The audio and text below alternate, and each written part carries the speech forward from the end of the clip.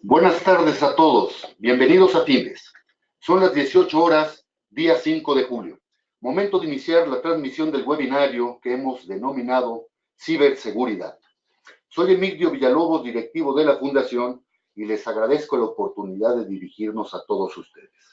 Se encuentra conmigo Enrique Monroy Pineda, especialista de FINDES en el área de gobierno corporativo, a quien me permito presentar como licenciado en Administración de Empresas, con estudios de maestría en Dirección Internacional, estudios de maestría en Banca y Mercados Financieros, auditor interno certificado y cuenta con la certificación en autoevaluación de controles.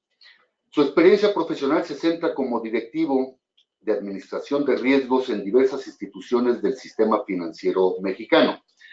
Antes de cederle la palabra a Enrique, les invito para que formulen sus preguntas y realicen sus comentarios y sugerencias, los cuales atenderemos al finalizar esta plática. Enrique, buenas tardes. Podemos iniciar. Muchas gracias, Emilio. Por supuesto que sí. Iniciamos este interesante y actual tema de ciberseguridad.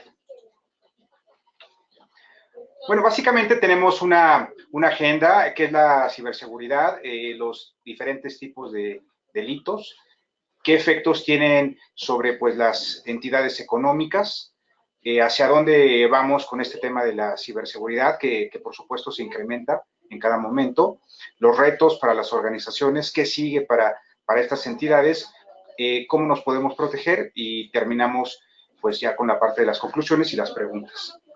Entonces, bueno, iniciamos. Todo lo que tiene que ver con ciberseguridad es la protección de los activos de información. Tratamos las amenazas que ponen en riesgo la información, que bueno, generalmente es procesada, almacenada y transportada por los diferentes sistemas que ya hoy en día se encuentran en su mayoría interconectados, ¿no? Todo el tema, pues, de Internet, básicamente. Busca proteger a las computadoras, redes, aplicaciones y datos, sobre todo de accesos no autorizados, de vulnerabilidades y ataques que se dan, pues ya lo dijimos, por el Internet, generado por los cibercriminales. Y todo lo que vamos a estar platicando debe de formalizarse a través del seguimiento de estándares de seguridad que permitan mitigar los riesgos, ¿no? Técnicas para minimizar el número de ciberataques exitosos. Este número de ataques no tenemos control sobre eso, lo que sí tenemos control es evitar que nos hagan daño. Entonces, básicamente todos estos delitos pudieran estar afectando intereses, ¿no? Como el patrimonio económico, la fe pública, la seguridad, y como aquellas que recaban sobre herramientas informáticas propiamente dichas, ¿no? Programas, computadoras que se vuelven, pues, herramientas para generar un ilícito. 4 tipos básicos: delitos contra la confidencialidad, la integridad y la disponibilidad de los datos y sistemas informáticos, ¿no? Esto es realmente preocupante. Ya hemos tenido varios ejemplos reales de estos casos y son pérdidas millonarias, ¿no? Las que pueden generarse. Y bueno, tanto las personas morales como las físicas podemos vernos afectados de esto.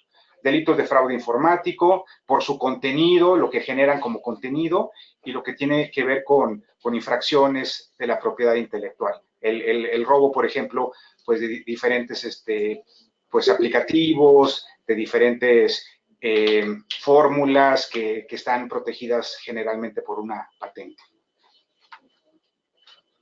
Bueno, tenemos como algunos tipos de crímenes, toda la parte del hackeo.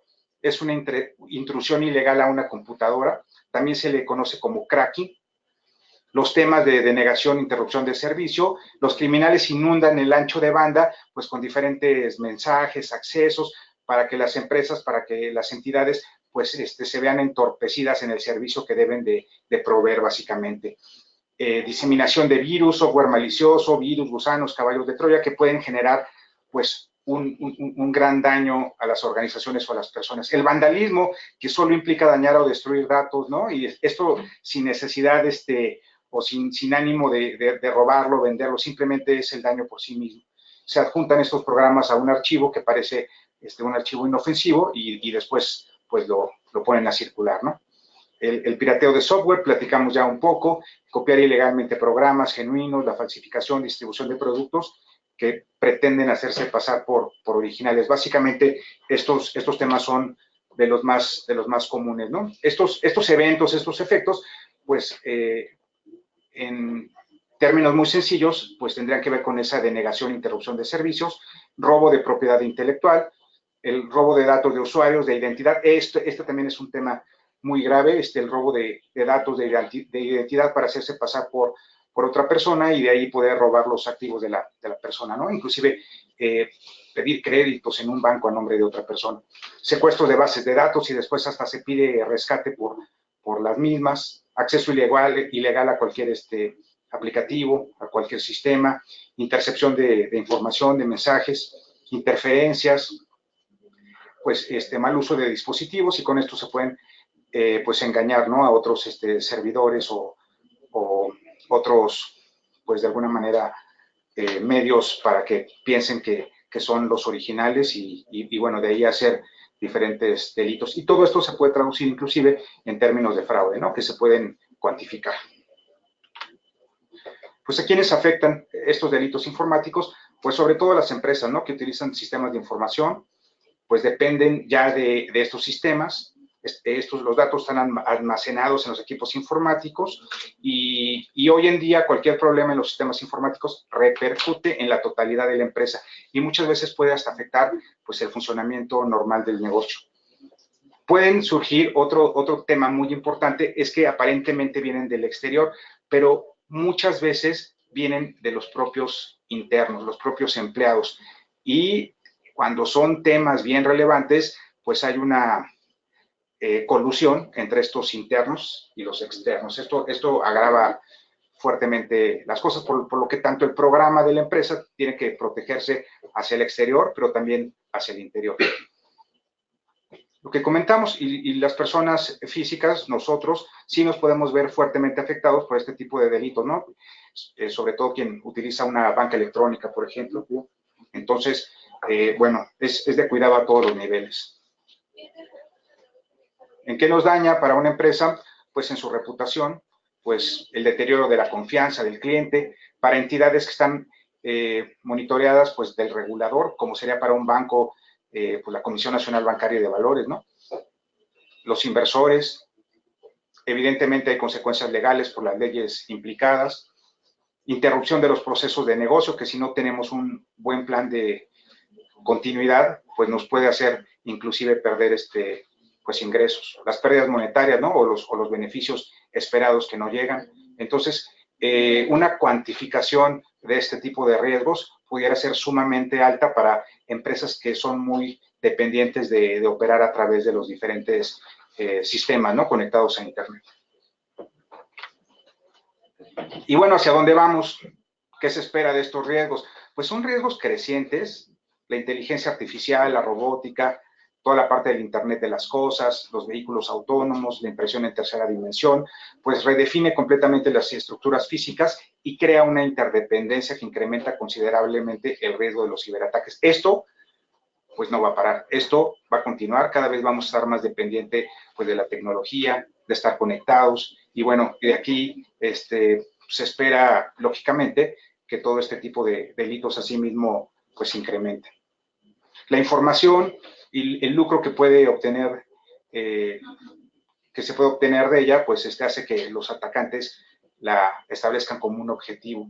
Ninguna organización está exenta de tal riesgo. El robo de información seguirá creciendo, ni se diga en el sector financiero, afectando a millones de usuarios, pues de diferentes países. Y bueno, los ataques pueden venir pues de un país pues muy lejano, ¿no?, a donde se lleva a cabo pues el fraude, ¿no?, o el robo. Extorsiones pueden llegar a tener efectos muy importantes, el cibersecuestro de datos o la revelación de información confidencial. Y bueno, ya todos tenemos ejemplos de este tipo de temas que han sido escándalos internacionales. El reto de ciberseguridad, elevar, y es el primero y debe de ser prioridad de forma muy preventiva, elevar la cultura, la conciencia del riesgo en la organización. Y esto lo tenemos que hacer, pues, a través de las personas, ¿no? Que es nuestra primera línea de defensa. Hay que capacitarlas en este tema, hay que hacerlas conscientes y, pues, cuidadosas y que puedan actuar de manera preventiva.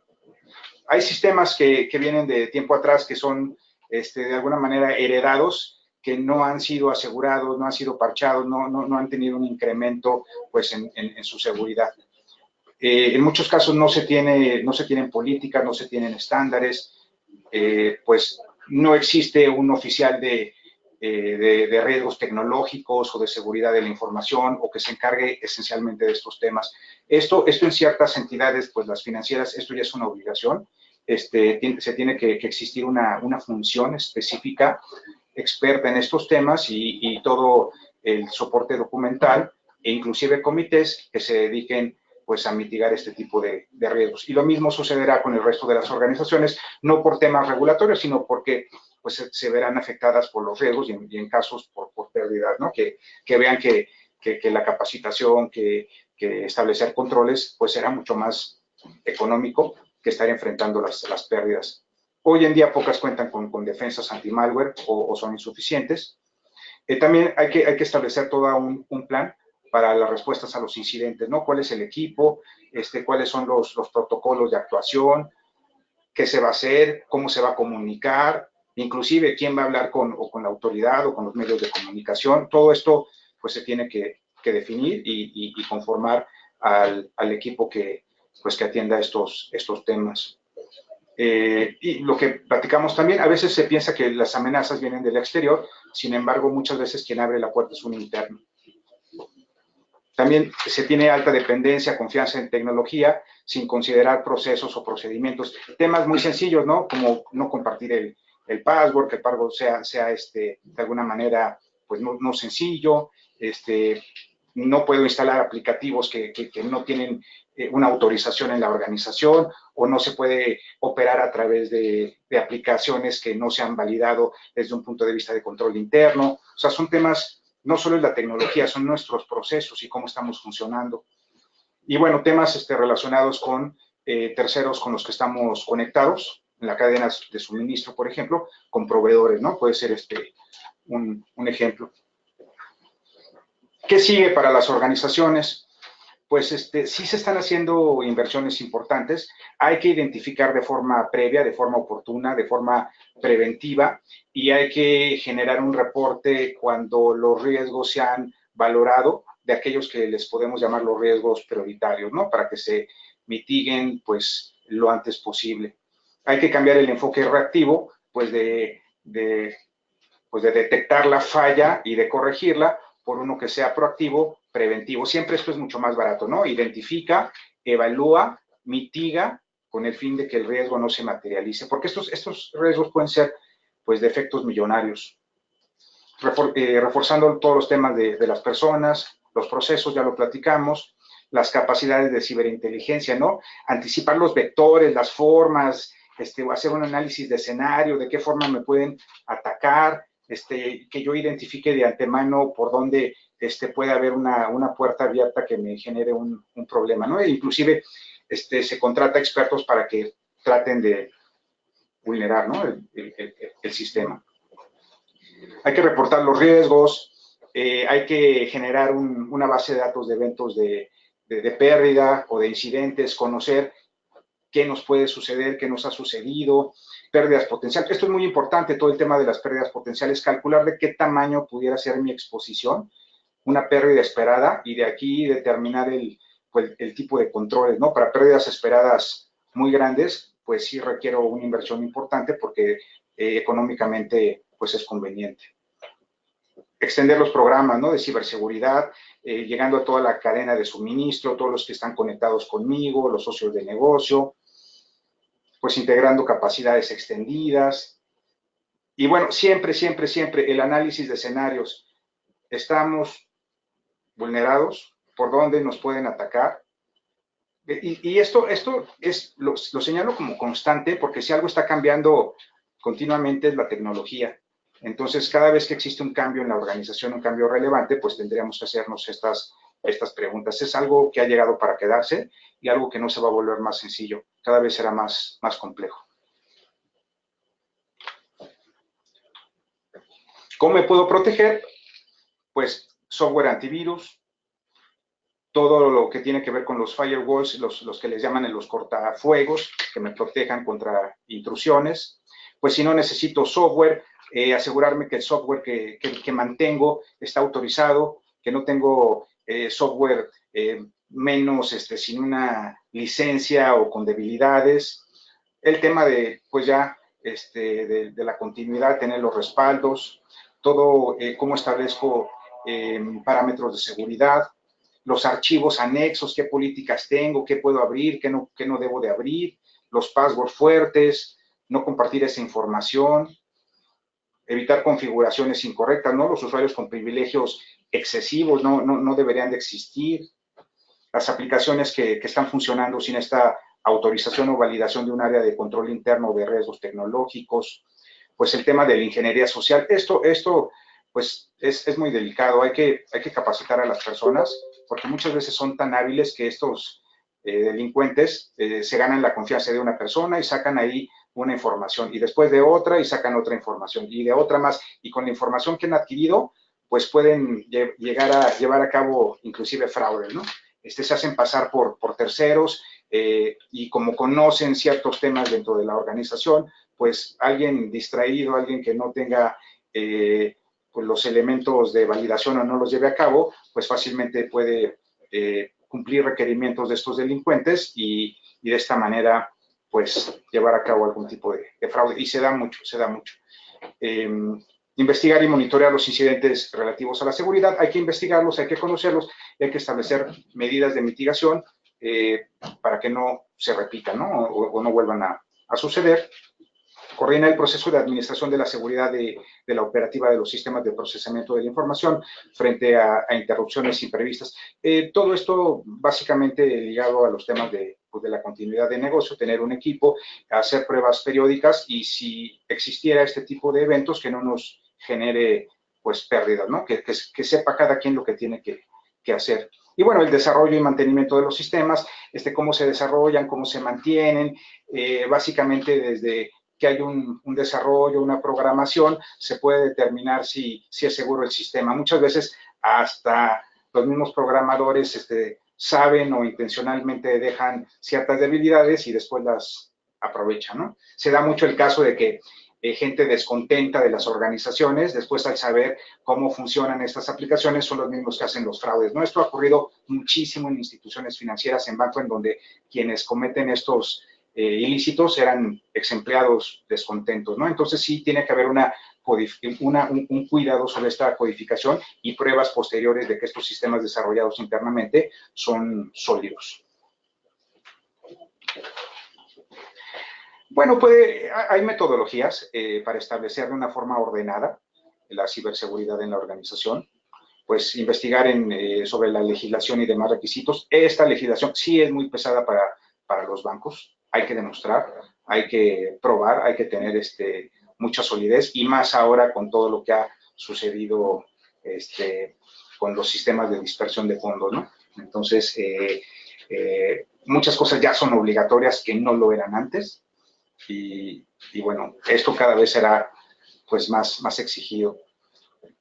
Claro, hay que definir los costos y beneficios de la ciberseguridad. Si yo no tengo ninguna exposición a estos temas, pues no me preocuparía. Pero hoy en día todas las empresas cada vez están más automatizadas, más conectadas, con canales hacia el cliente, con canales hacia los proveedores. Entonces, difícilmente una empresa se puede mantener aislada, ¿no? de estar conectada. ¿Cuáles son los objetivos para la ciberseguridad? Hay marcos de referencia, por supuesto, para la implementación, lo que le podemos llamar mejores prácticas. Estas mejores prácticas hay que alinearlas a los temas regulatorios y cumplir con ambos, pero siempre, pues como base tenemos las mejores prácticas. ¿Cómo lo vamos a implementar? Aquí sí, toda la parte de identificación, evaluación, mitigación de riesgos y todo lo que tiene que ver con las validaciones o la evaluación de los controles, ¿no? Y esto como un proceso cíclico, como un monitoreo continuo, siempre asegurar de forma preventiva esa validación de los controles y cuando se determina que alguno no es lo fuerte que debería de ser, pues generar un plan de acción correctivo. Esto tiene que ver muchísimo con todo el tema de riesgo operacional en los bancos. Lo mismo en las medidas de protección a través de planes de remediación o planes de acción, y cíclico también, anualmente, para todos los empleados en la organización, y cada vez que alguien entra a nuestra organización, dentro de la inducción, debe de existir capacitación y concientización sobre estos temas, por lo relevante que son. Entonces, es algo con lo que tenemos que vivir, algo pues que debemos de cuidar, porque los daños realmente pueden ser muy importantes. Bueno, en nuestras conclusiones, el único sistema que es realmente seguro es aquel que está apagado o desconectado. Básicamente, ¿no? Hay que poner atención, hay que actuar inteligentemente, pero esto, pues, solo conociendo a lo que nos estamos enfrentando. Y sí se requiere un establecimiento de un programa estructurado, sistemático, a nivel entidad, para la protección de toda la organización. Básicamente, estos son en general, pues, los temas que se tocan en el curso. Y bueno, yo espero que ahora tengan una idea más clara de lo que es pues la ciberseguridad, los ciberriesgos y la importancia de este tema, pues, que nos debe de ocupar por, pues, los efectos que pueden tener, las pérdidas que podemos enfrentar, ya sea en lo personal o a través de la organización. Enrique, muchas gracias. Vamos a dar unos segundos para que los participantes de este webinario nos formulen sus preguntas. Enrique, tenemos el caso de Jorge Buenfil. Jorge Buenfil nos pregunta: soy el contador de una pequeña empresa y hago funciones de auditor. Me dicen que migre la información a la nube, pero yo tengo temor de ello. ¿Qué es mejor? ¿La nube, el servidor en la nube, o un servidor físico dentro de la organización?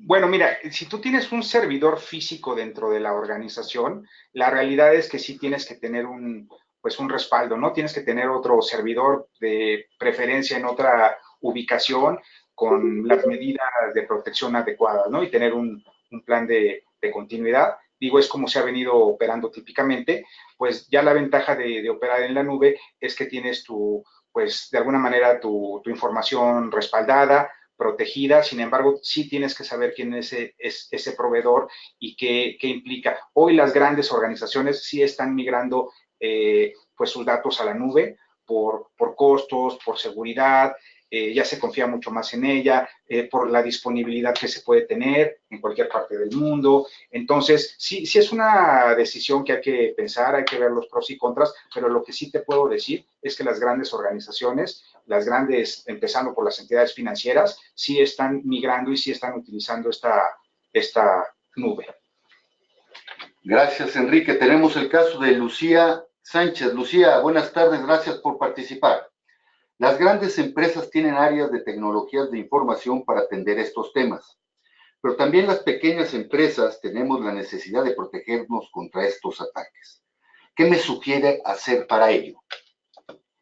Mira, dentro de la presentación vienen algunos consejos muy sencillos, algunos de ellos muy prácticos, o sea, todo el tema de establecer ciertas, al menos, lineamientos, ciertas políticas, los passwords, todos los temas de los firewalls, todos los temas de tener un antivirus, que las personas tengan mucho cuidado con quién hablan, todo el tema, la información que proveen, todo el tema que platicamos de ingeniería social, básicamente, pues, que no tengan, digo, cuando no sea necesario, acceso a ciertos correos personales a través de los cuales pudieran abrir archivos que pudieran infectar las computadoras. Entonces, en su mayoría es que la gente esté consciente de los diferentes temas, porque cualquiera de ellas que no actúe de forma adecuada pudiera ser una puerta de entrada. Es el primer tema. Y después tener unas ciertas políticas, procedimientos a establecer en la organización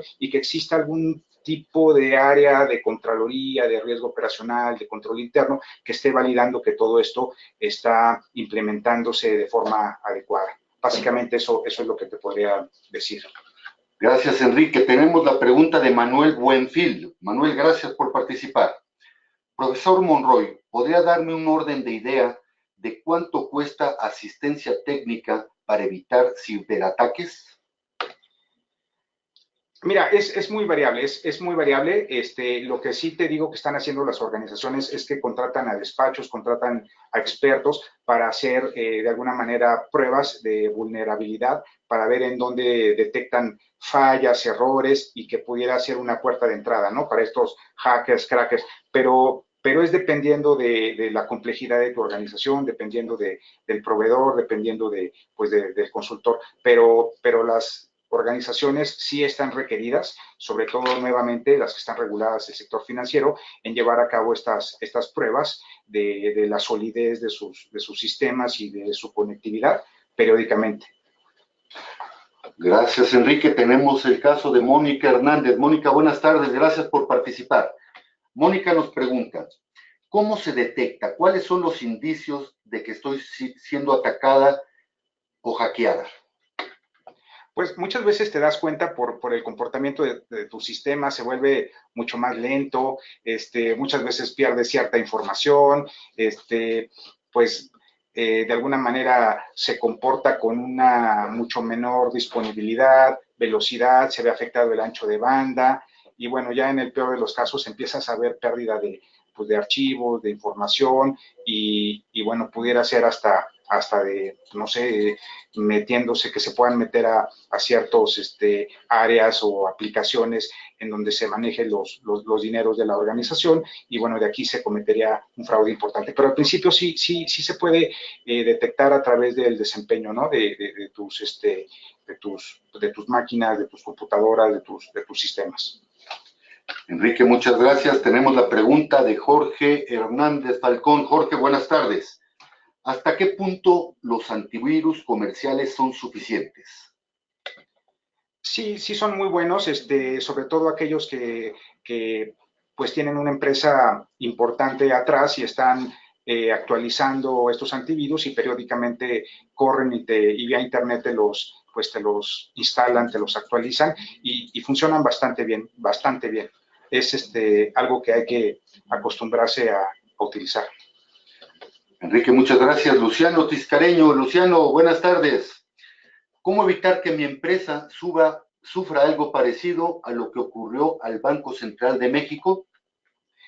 Bueno, aquí quisiera hacer una precisión. No le ocurrió al Banco Central de México, le ocurrió a los bancos que se conectan con el Banco Central. Estos bancos no tenían la seguridad requerida en sus sistemas que se conectan al SPEI. El SPEI es el sistema del Banco de México. Entonces, esto se determinó, pues, en investigaciones posteriores. Nuevamente, qué calidad tienen esos sistemas, la conectividad que los mismos tienen, hacer las pruebas, hacer las validaciones. De hecho es algo muy grave porque pues el diagnóstico que se está dando es que estos bancos incumplieron pues la seguridad requerida para esos sistemas, nuevamente que se conectan a los sistemas del Banco de México. Entonces la responsabilidad aquí y la pérdida será de estos bancos por no tener esa seguridad tal como era requerido, ¿no? Pero no es algo que le pasó al Banco de México, es algo que le pasó a la banca y asume la responsabilidad. Pero básicamente son los temas que venimos platicando. Gracias, Enrique. Sara Hernández, buenas tardes. La respuesta a su pregunta de información sobre los cursos en esta materia están en la página www.findes.org. Ahí va a poder identificar toda la información que nos solicita. Y bien, antes de finalizar esta transmisión, les recuerdo que todos los jueves a las 18 horas abordaremos diferentes tópicos en el ámbito de los negocios. El próximo jueves 12 de julio a las 18 horas trataremos el tema estilos de liderazgo. Los esperamos, inviten a sus compañeros y amigos. Son las 18:29 del día 5 de julio. Damos por concluido el desarrollo de este webinario. Hasta luego.